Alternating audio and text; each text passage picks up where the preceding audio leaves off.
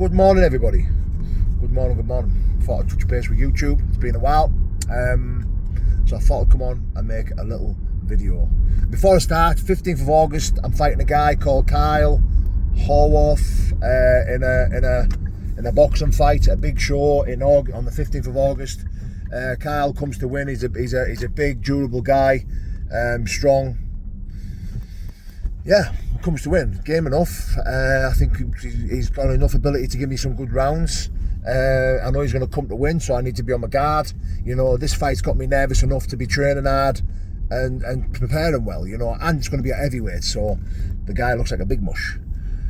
But first and foremost, I want to come on and talk about the upcoming massive BKFC fight with Tiernery and Christie. What a fight. What a fight. This is the pinnacle of UK bare knuckle. You know, having the likes of Christie versus Tiernery. Tiernery is probably going to be the favourite to win this, you know, with his credentials and his background, the way he moves, the way he fights. But I do think Danny has the ability to beat anyone. You know, he can bang, he's strong. You know, I think he's going to be hitting hard for this weight division. So I really do believe that if Danny catches him, it could be a long night. If Danny can close the distance without getting it, stepping off the centre line and close the distance, you know, double jab right hand. Do you know what? One of the biggest weapons against someone like Tiernery, who switches stance, moves left to right, is always gauging your movements and your distance with a jab. You know, Conor's probably going to have a better jab than Danny, but if you just jab the centre of the chest, if you just double jab on the chest, and you can gauge his movement and his timing just off that double jab and move your feet in slightly, then you can catch him with the right hand. You know, it's easier said than done, and I truly understand that, because Conor is fucking amazing. Between him, Rico, and Jimmy, the bare knuckle king, I think these three are probably the best that UK.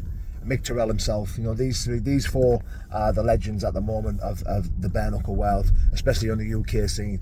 I think Danny's slowly making himself into a legend. Well, he's probably already become a legend, if I'm being honest, fighting for world titles and English titles and stuff like that, and fighting in multiple weight divisions. I think Danny has established himself as a UK bare knuckle legend. Yeah, 100% he has. Who am I taking for this fight?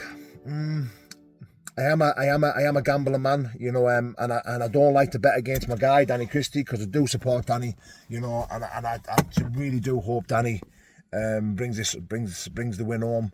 But I think he's got a tough ask, you know. Some big questions asked. Conor is the superior mover, superior boxer, and probably the superior bare knuckle fighter as well. But you can never count Danny out, can you? Ever. You know, I think Danny's holds himself accountable to be a tough fight for anyone, and for that reason I would never count him out. But I am leaning slightly towards Conor, you know, just because of his movement and his boxing ability. But let's go Christie.